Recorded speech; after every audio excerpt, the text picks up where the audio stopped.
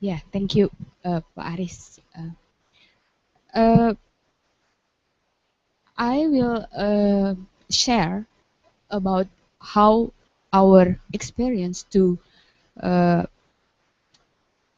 uh, to deal with climate change, and also how our department start to uh, deal with climate change in our curricula. Yeah, we realize, and then we experience that climate change in Indonesia specifically uh, influenced by two factors. First, human impact activities, uh, about the level of greenhouse gas.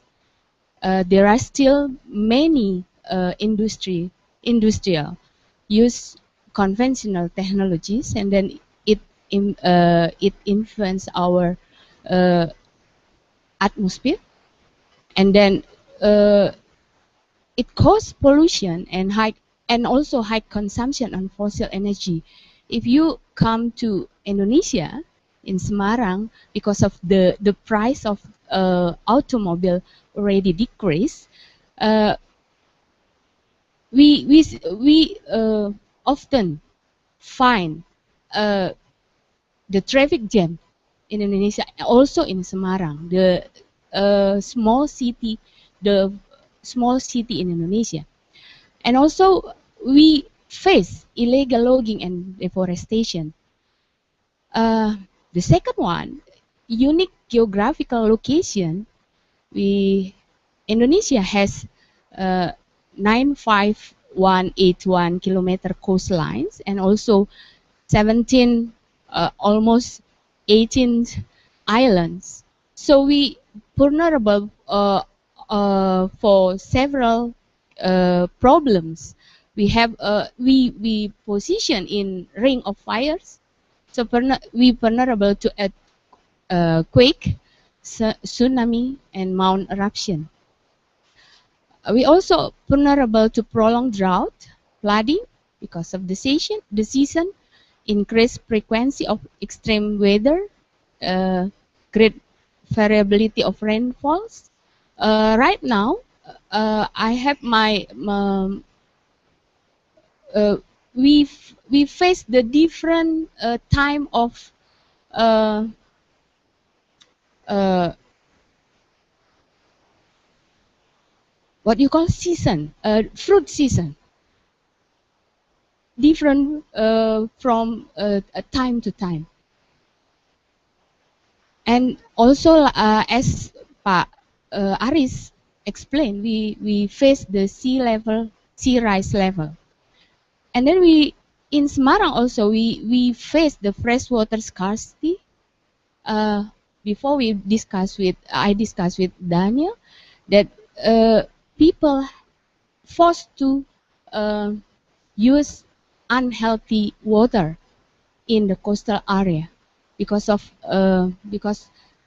we because of the changing of the rain season, and then they can uh, harvest rain for their daily life, and then the the the the amount of water already decreased also, and then crop yield could drop also, and coastal community and ecosystem could vanish. uh, this is the condition every so we call it annual flooding. This condition often happen. This is in the point of triangle point of Pasar Senen in Jakarta. How people uh, cannot work, or they have to use another transportation. Actually, not the real, not the uh, they have to use this transportation from building to another building. And also, we tsunami is not in Aceh, was not in Aceh, but happened also in Yogyakarta and in small islands near to Papua and also to Malucos.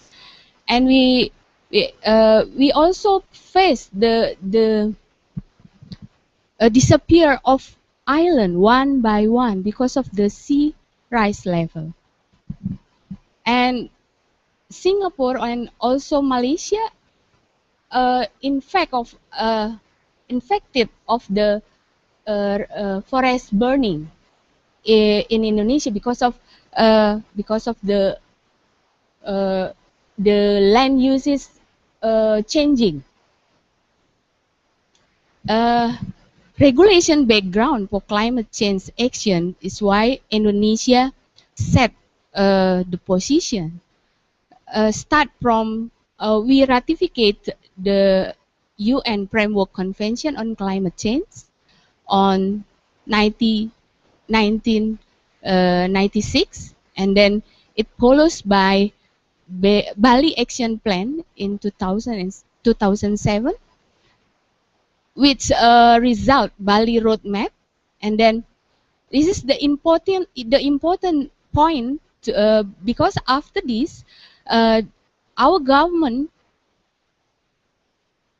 established a national board on climate change and also regulate two important regulation uh, that that our government set the national and regional action plan on climate change, and then national action plan to reduce greenhouse gases emission.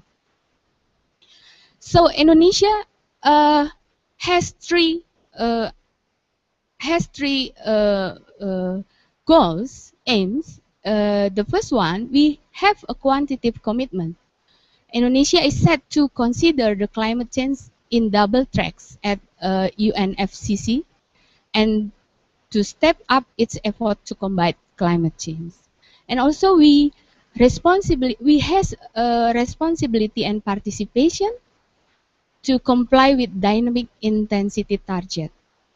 And in 2040, we have a target. We will decrease the greenhouses gas from 40 until 46% in 2040. So Indonesia consideration to protect the climate change. Indonesia has five aspects to do, and in this we have role as university. We have a role in this sector: education and training and public awareness. Until 2040, because national climate change is still a new project in Indonesia because of the real impact that people have to face. Actually, we still in this position. Indonesia still gather data and information as a scientific basis to set how we adapt and how we mitigate to climate change. Unika or Sugio Pranoto Catholic University set itself, so it is benefit for us because we have a core academic consent is eco settlement. So in 2002, our postgraduate master program was initiated to respond for the first time to respond the problem of environment in urban level. Our program is multidisciplinary program that considers social issue, not physically, but social issue and urban environment. And then we try to deliver a range of knowledge both in science and humanity in urban uh, environment problem. So what we do uh, start from 2010. Uh, yeah, we have 6 program. First, we still right now plan university research roadmap on climate change, and then we also uh, try to receive the funded for university as a institution, and United Board already is doing right now to do research strategic research topic on climate change. We also planning to make a green campus, because we have a problem as institutional to, as for instance, to how to process our waste itself, and then how to use energy in efficient. And then we received the scholarship from United Board to do for students to do the research on climate change, especially in how they research the environmental action and the relation, and how they do the service learning for community. And then we have stakeholder forum with Lothar and Martin students uh, share their research, and then take or receive the input from the community, and then can can gain the knowledge also, not just one side from student or from campus to community, but the from community itself to campus. And until 2011, actually, we integrated the climate change on specific uh, subjects. There are 5 subjects. But after our collaboration with LINCC, we already developed and the subjects. For instance, in environmental evaluation, we have we integrated the climate change subject in that course. And then since 2012, we have our, as a department, we have a autonomous elective subject on climate change. We call it energy and climate change subjects. And then from the department, start from this semester, this course or this subject uh, offered offer to 6 program in our postgraduate. So from department to postgraduate department, and postgraduate, sorry. And then after this, next semester, I think, or next year, we will program, or we will set uh, the obligatory subject on climate change in universitas level. So what is our program until now? Actually, we have many research in on climate change, but uh, the the newest programs, we facilitate to students from Radboud University to do the research in community in coastal area. We also suffer, yeah. And then, yeah, what educational needs between AU and non-AU cooperation on climate change? We suggest this 6 kind of project. First, material on AU countries policy that address the climate change as a comparison perspective. It can manage in our e-course. And then theories and insight about climate change, its social impact, social vulnerability, and risk assessment based on local problems. We already discussed about this before. Information about social adaptation and coping strategy to climate change, either from the governments and society in North and the South, especially Semarang. Joint research on climate change with other consortia member, and then providing summer courses to do field research in Semarang field, and then preparing Indonesian students to study climate change in Europa Union countries by taking introduction courses on climate change based on local cases. Terima kasih.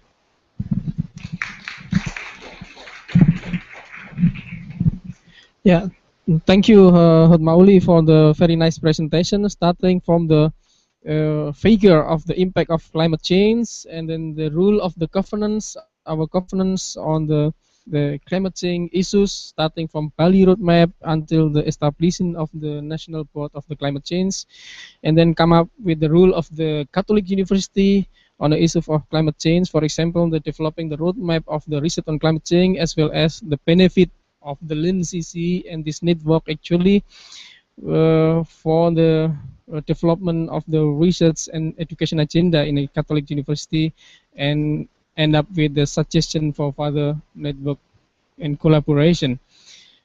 For sure, we have several questions. We will keep it that first until the second and later on the third presenter. Now coming in the front, Lothar Smith from Radboud University Nijmegen, still with the Indonesian issues, which is on the borderline of the climate change in Kalimantan, Indonesia. Next 20 minutes for you. Okay, thank you very much, Chair, and good afternoon to everybody. I hope you had a good lunch as much as I did. Good. I want to share with you something that's perhaps slightly divergent from what we've been discussing so far, which I think is important to share, which is to talk about the notion of frontiers. And we think this might be an important contribution to, let's say, discussions around climate change, and I hope to be able to explain why we think this is, or at least to put this up for discussion, which is what I'm actually hoping for, following my presentation. The idea is here that I want to play a bit with the nexus between environmental degradation and climate change. We know them to be very different elements. We've discussed even in the morning already how there are certain connections to be made, for instance, talk about sustainable development. And in that sense, it might be important and useful to actually try and draw the link. Second is, this research indeed, while it stipulates Kalimantan, Indonesia, so more Indonesia still, at the same time talks not so much about local problems. It talks about problems and scaling of problems. So scaling up as well as scaling down, and trying to understand where this is coming from. And thirdly, what I'm presenting here are not empirical findings, but a conceptual program. This is yet to embark. It's going to embark in October. Yes, we have the funding and everything else, but it hasn't yet started. So I cannot base myself on empirical research, but I'm hoping to be able to come back to you, of course, and present some findings from our program a little later, say in about 2 or 3 years.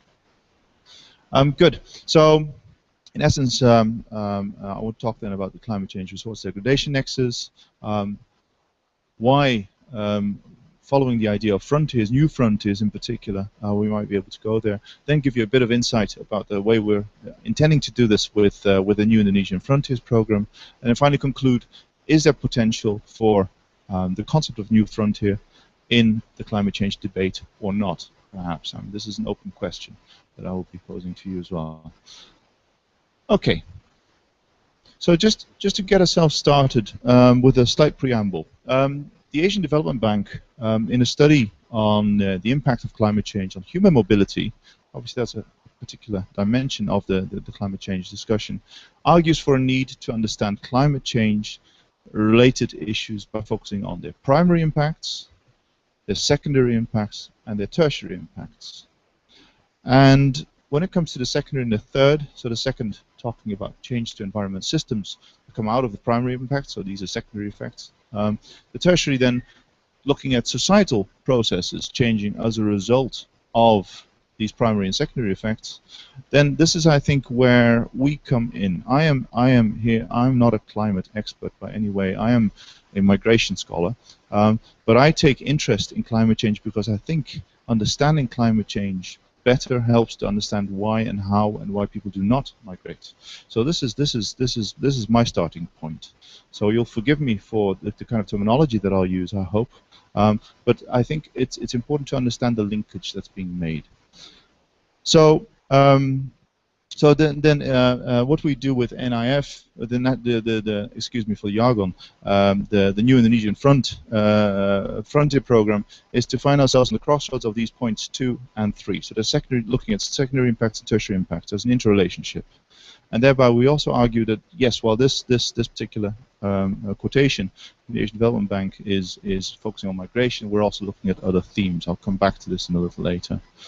Obviously, what this does not do is say climate change is not there, that we should not need to study climate change. I would never dare to argue that. I think rather what we need to do is find a juxtaposition between pure studies on climate change and studies looking at the application of climate change on societal processes and vice versa. So I think there's a lot of room for improvement to be made, and I'm glad, in fact, that the CC exists as one of the ways in which to explore this nexus, because I think we're still talking in different disciplines in different ways about the same problems, and that's because we're focusing on different things. So perhaps we need to try and sort of align our focus. So, as I said before, in focusing on what seems to be Kalimantan in Indonesia, I think it's important to understand, let's say, where this is coming from. And the first is somehow, obviously, we hardly dare to use the word anymore, is globalization. The process of globalization produce new logics and uneven demands for access to and use of natural resources. I think we need to understand this, even when we talk about resource degradation, but also when we talk about, let's say, the secondary and the tertiary effects of climate change. This comes in, and we need to sort of give cognition to this, give recognition to this. The second is the need for scale approaches, and thereby understanding that there's an interplay going on between economic, social, and political landscapes. So, for instance, we still tend to think along the lines of national programs very much. So a national program on environment, a national program on, or city program on climate change and how to deal with that. But how does that interplay with the way economics functions? Is that still taking the same lines, or does economic functioning, the way cities position themselves, for instance, does that work along very different rationales? If that's the case, what is then the alliance, the aligning of the two with each other? So I think it's important to understand the disjunctures, excuse me, between these different fields, and understand whether there's overlap, where there's a lack of overlap, and understand why it's important to understand why that lack of overlap exists and what that means. Third element, governance, I think is also important, again, because at this moment we're seeing some regime, some kind of development of programs that focus on resource and conservation on the one hand, and on economic development and growth on the other. Obviously, in a neoliberal world in which we do live, with some countries being more accepting of that paradigm than others, we need to understand that the nation state only has a limited role to play. So where are we taking this? This is Borneo, my good friends. I'm a geographer, so I'm supposed to show you a map. So I have. Good. So I think trying to understand sort of where Kalimantan fits in. So what we're arguing here is that the focus is on resource-rich regions, or as economists would call it, the countries with the resource curse. Places that have resources that ultimately lead to obsolete development rather than to actual development, because of the very nature of those resources. I think it's good to understand sort of what's going on. Now, Kalimantan is a particular place, and I am well positioned here amongst Indonesians who know much more about this. I think your colleague Sukamdi is a particular expert on the field. Is understanding, let's say, the changing political regime, the political landscape, in which there has been a strong decrease in Indonesia, at least, of state control over local development. Now, what has that produced? Particularly in a place like Kalimantan, a region like Kalimantan, you should imagine that this has resulted in all sorts of unrest. Because suddenly different actors, particularly those that have the prowess to deal efficiently and fast along lines that are almost legal, have the ability to benefit, to profit from these kinds of processes. So this is producing a new frontier. So it's not so much an old frontier in the classical sense of, let's say, the old American westerns in which people would always go out just one step further than what was already there. But with new frontiers, it's existing places in which the state has actually retreated, leaving space for a very open discourse, very open situation in which there's different actors fighting, competing with each other, forming alliances, but also having different interests. So this is what then is the outcome. You see zones of sharp decrease in state control, which produce concentrations of resources and generally strong competition with excessive extraction. And so what's important, as I was already stipulating before, is that the state then may be almost absent, is not quite absent, of course, but what you do get instead is that the state is one of many actors. And I think this is a truism, particularly if you understand the world and let's say economics to be organized as let's say an arena in which various players play roles.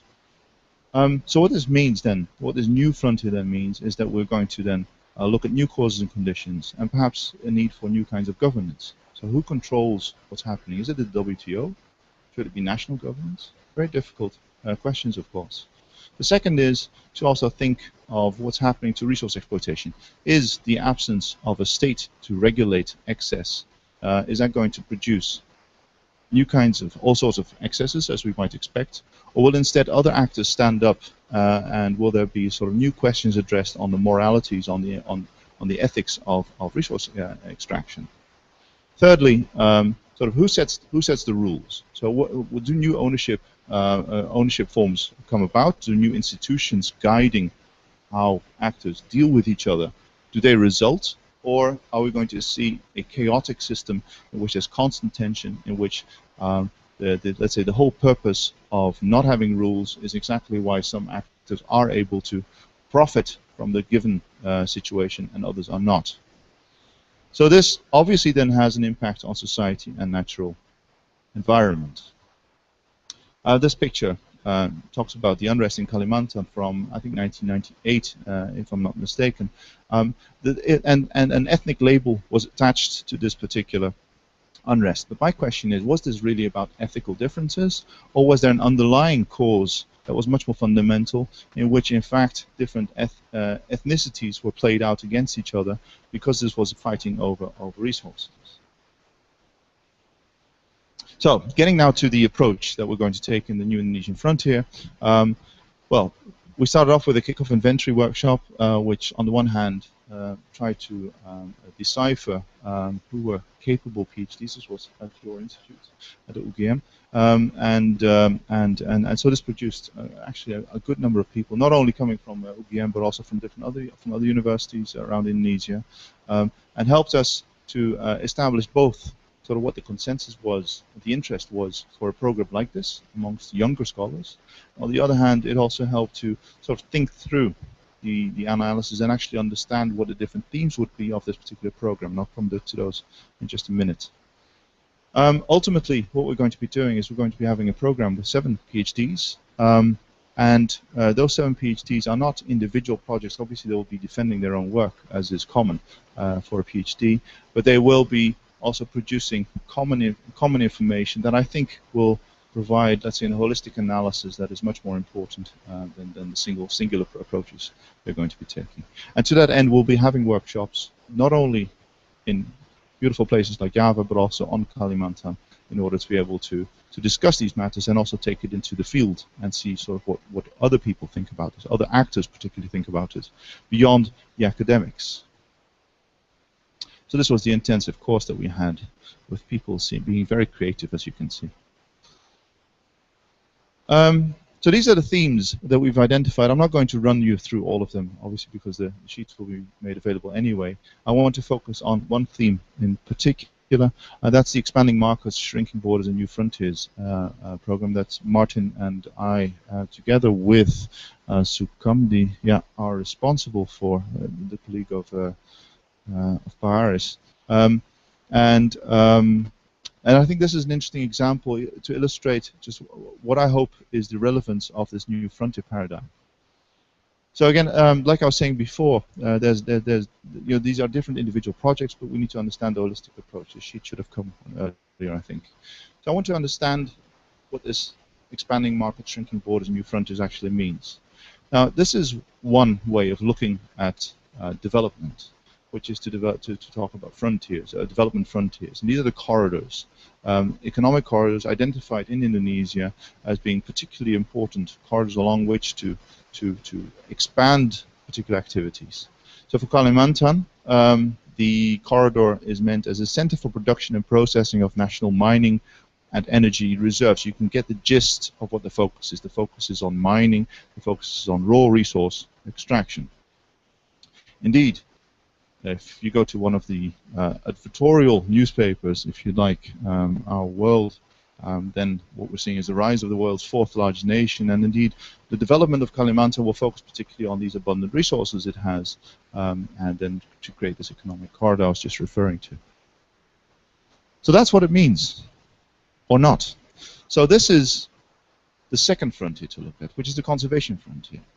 And that is a very different approach. This is, part of the alliance of the red approach, so focusing on reducing of emissions. And the Indonesian national government has committed itself to reduce its greenhouse gases, as Uli was also mentioning. And so that's a beautiful thing. And so Kalimantan should also be part of that show. And then the question is, how do those two align with each other? And where do the other actors come in? So this is the critical question. So coming to my conclusions, Chair.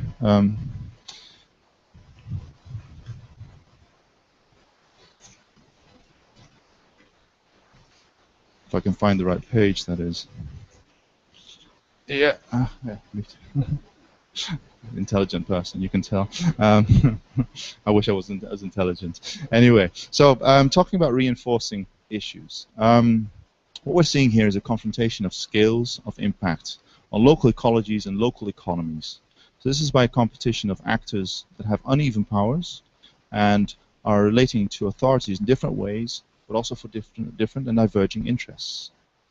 So these current resource conflicts are due in part to certain climate changes. Think of course, the huge migration process that has actually led to some growth of population growth of Kalimantan that was held in Indonesia, which is a reflection of overpopulation of other parts of Indonesia. So in that sense, there is this relationship. So there's an interaction with the growing human population growth, and that has led also to fierce competition over and use of natural resources. And that, again, hastens by itself certain effects of climate change. So you're seeing this loop taking place. So I think it's difficult to imagine natural resource degradation being separate from climate change. And obviously we can contest exactly what kind of climate change we're then talking about. I think that's an important distinction to make, but there is certainly this relationship. Furthermore, neoliberal paradigms incited at suprastate levels incite quite sudden processes of decentralization in Indonesia, the Reformation, but also produces all sorts of beautiful economic programs like the MP3EI program with its economic corridors. The question we argue for, departing from our NIF program, is to understand where frontiers can be found and where institutional processes actually fail due to these changes in power constellations. And so we want to do this by, amongst others, looking at commercial enterprise, but also migration, NGO influences, and whatnot, in order to understand how these fields are shaped by the actors and relationships to their resources. So that then sort of brings me to the final argument, which is, so what is the, so where's the climate change in this? And my guess is that if we're going to look at climate change from a frontier perspective, then we need to look at the everyday geography, the everyday behavior of humans in relationship to climate change. So then we are talking about perceptions as well as real behavior. And I think this is, of course, where you find yourself in a field that's most definitely social, And I'm hoping for the communication with the more exact sciences in order to understand just what we're really talking about. Thank you very much.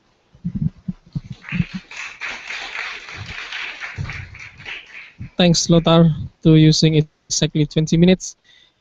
He start with the explanation of the correlation between the climate change and also the environmental and resources degradation, and then following by the scaling up the problem in Kalimantan, and then as well as the new frontier rule in Kalimantan for several aspects, not only climate change indirect, but as well as climate change in indirect in a broader scale. For sure, we have still some remain question. For example, what is the exactly case study in a new frontier itself in Kalimantan, and how it's going actually right now. But we should keep some several questions. We should follow the third speaker. That is the topic related to the result of European and ASEAN project related to the SUSTAIN project with the Wuppertal Institutes. Join with us, Oliver Lah, with the title Opportunities for the Future Cooperation on Climate Action and Resources Efficiencies Issues between the European and Southeast Asian Researcher. I hope as well as Indonesian and then Southeast Asia. Thank you. Not 3 hours. That's for later. Right. Okay, great. So that's kind of starting where we had discussions already, very exciting ones in the meantime. And actually the acronym, you can be rest assured, it's not the same, it's SUSTAIN EU ASEAN. And it's a project FP7 funded that has just started in June and is running until May 2016. And I will run you quickly through the objectives and structure and then the opportunities, and then more specifically touching a little bit more on the thematic areas we are looking at in that project. So this is a coordinating and support action, as I said, from the Research Framework Program funded, and we're focusing on the climate action and resource efficiency thematic area. And what we were trying to do here is really enhancing collaboration between EU and Southeast Asian researchers as well. Yes. The basic idea here is to bring together synergies from all the different funding programs working in that area. So that's FP7, Switch Asia, and Talented Energy Europe, many other European ones, but also bilateral projects, and of course projects that have been funded in Southeast Asia itself.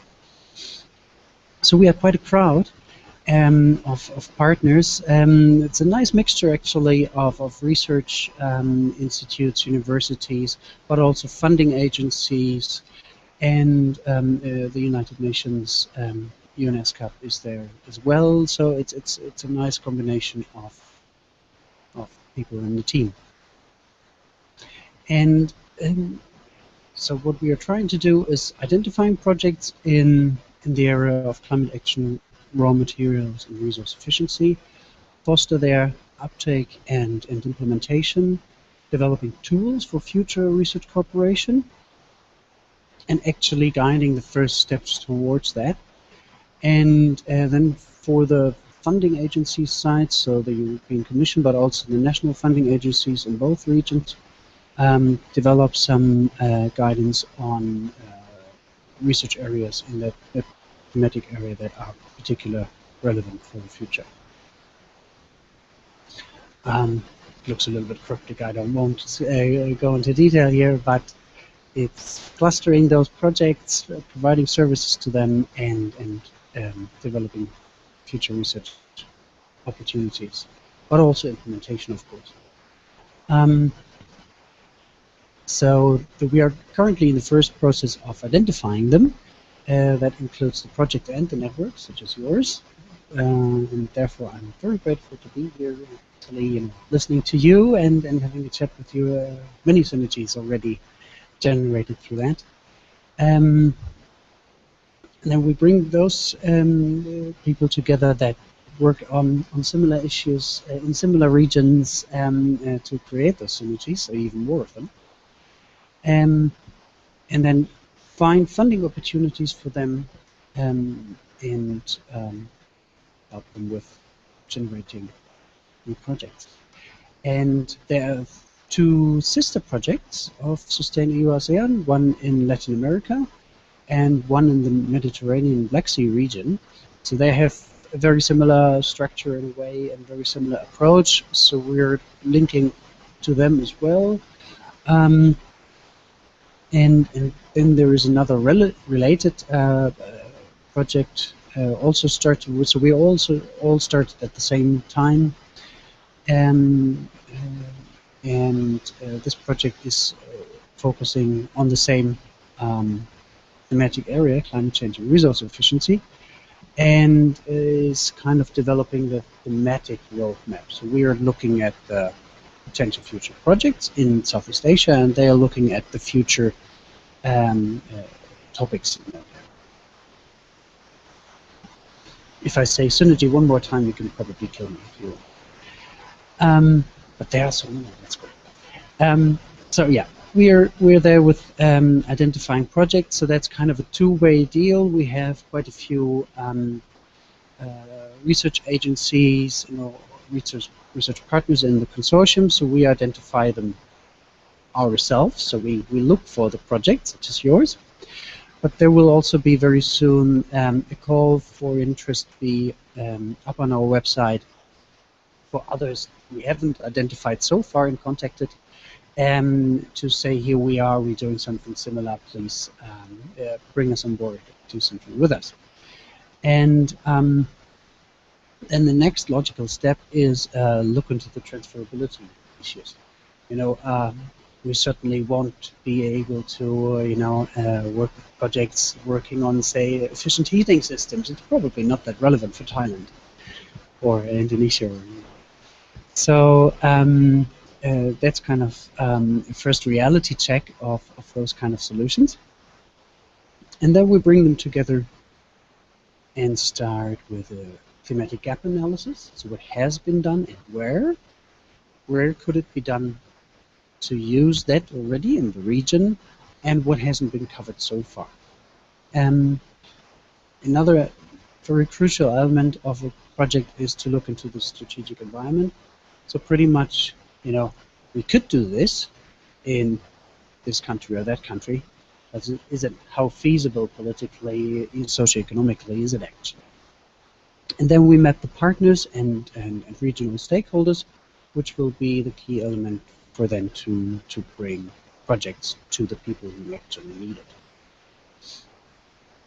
And of course, funding opportunities are quite essential for generating new ideas as well. So for those clusters of projects we have identified, we'll run some pilot actions. So that goes into different levels. Some we just bring in the region and expose them to relevant stakeholders, policymakers, or future potential partners.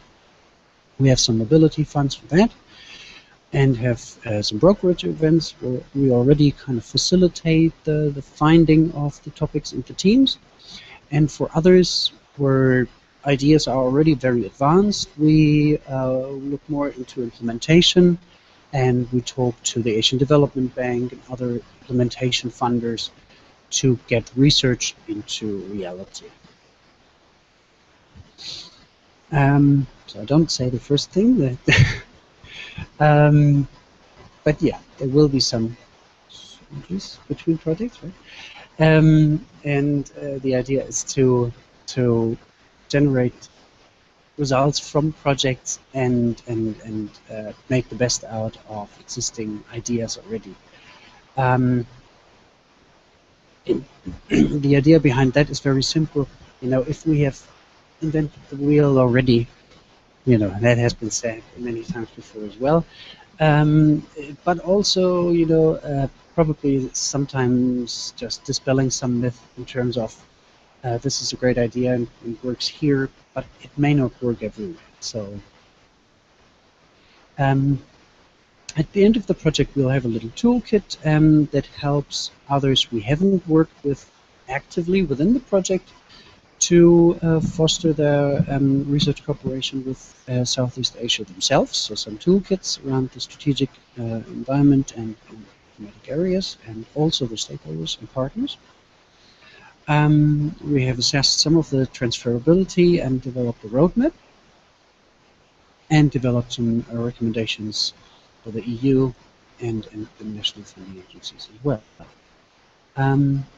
And to the projects we're currently looking for and will be looking for in the call for interest, it's a mixture of projects. So EU projects that have developed some relevant ideas in climate action, resource efficiency, and raw material issues only in the EU, but possibly relevant for Southeast Asia.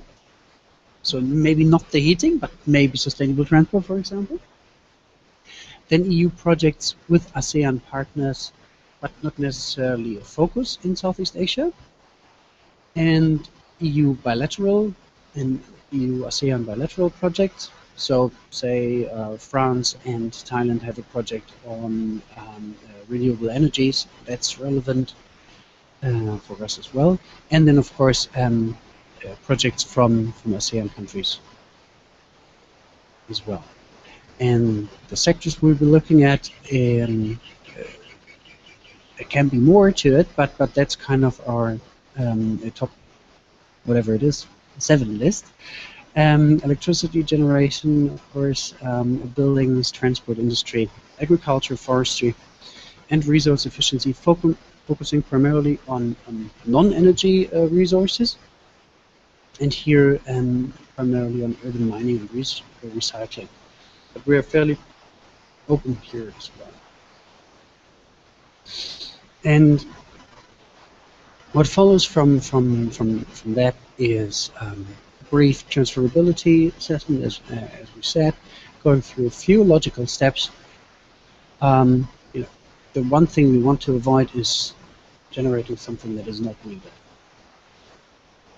And the other thing that has been touched on before as well, it's not just focusing on climate change mitigation or adaptation. It is part of a wider sustainable development exercise. Also, in the best self-interest, these are the key things that really latch on for policymakers, both on the national, but in particular on the city level. So balancing all 3 pillars will be part of that kind of transferability assessment. And of course, we want to avoid trade-offs. So not just focusing on one sector in one area, but really trying to get it into the wider picture. And I think I touched on that as well. So at the end of the day, we have made ourselves heard, and the idea of what we are aiming for brought people together in events and online, and develop some new proposals. And if I do have, I just still do have one more minute, then I touch on another project that could be relevant as well. If I, good, great. All right, one is enough. That's a rather specific sector-focused project, but on a broader regional scale, called Solutions, as well as coordinating and support action, also coordinated by me, and also just started recently.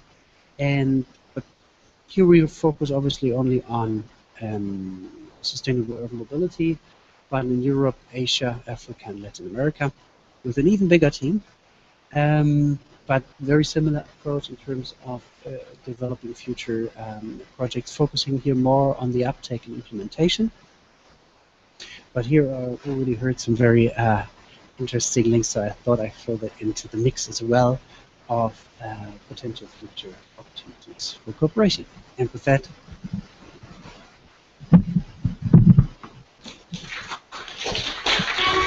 Thank you, Oliver, for the very interesting presentation, as well as the promising for the development of networking for the future between the European as well as the ASEAN countries. So according to our schedule, we should have actually coffee break on 15:30. So that's why we offer to all of you, if you still have questions, maybe one or two questions, then the rest of the questions you can start asking during the coffee break, for example. That will be also good. Yeah? So let me start from the you and Well, thanks a lot for the presenters this afternoon. But I think what I have is going to possibly relate more to what Lothar was arguing. But I guess it is very much part of what we are actually exploring in a bigger sense, in a broader sense. There were two issues that you raised that are, well, that have provoked my comment.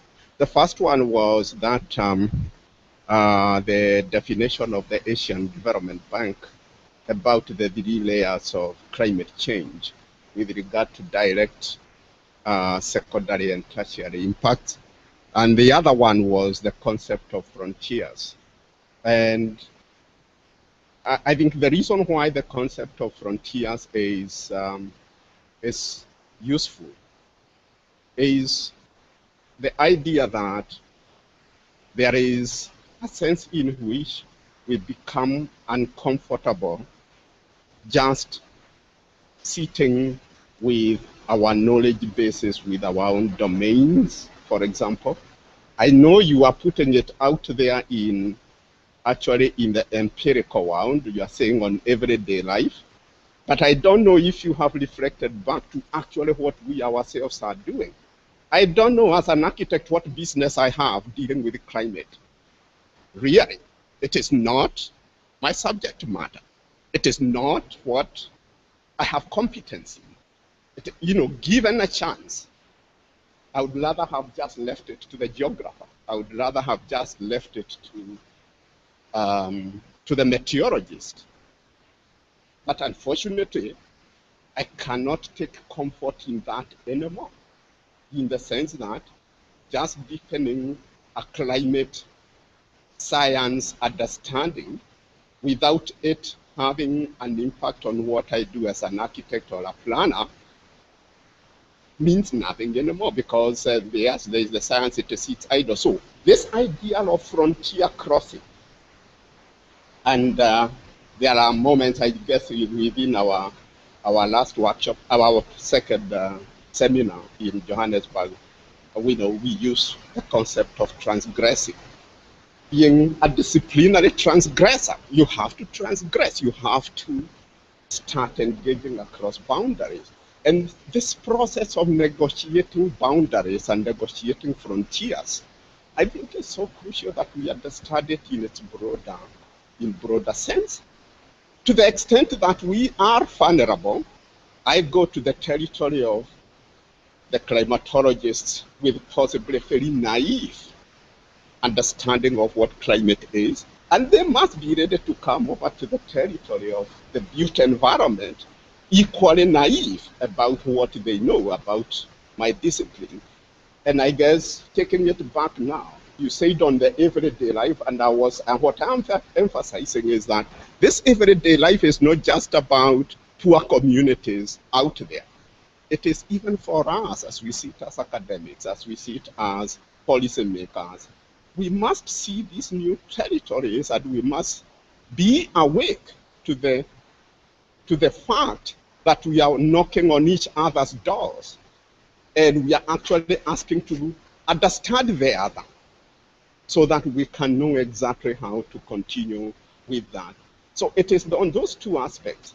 The reason why the three-tier understanding is so useful about the primary, the secondary, and the tertiary is also what I myself characterize as the non-linearity of some of the issues that we are dealing with.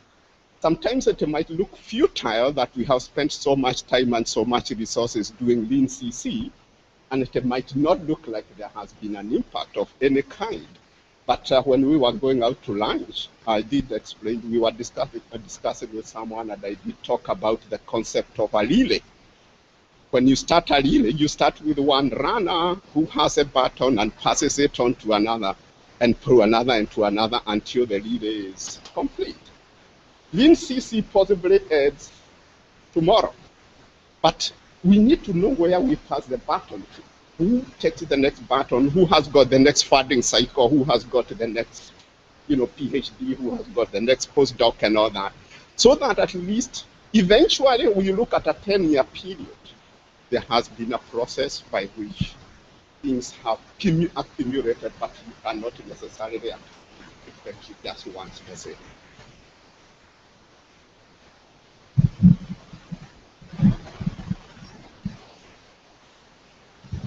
I am asked to respond to a statement like this, I think that would be beyond me.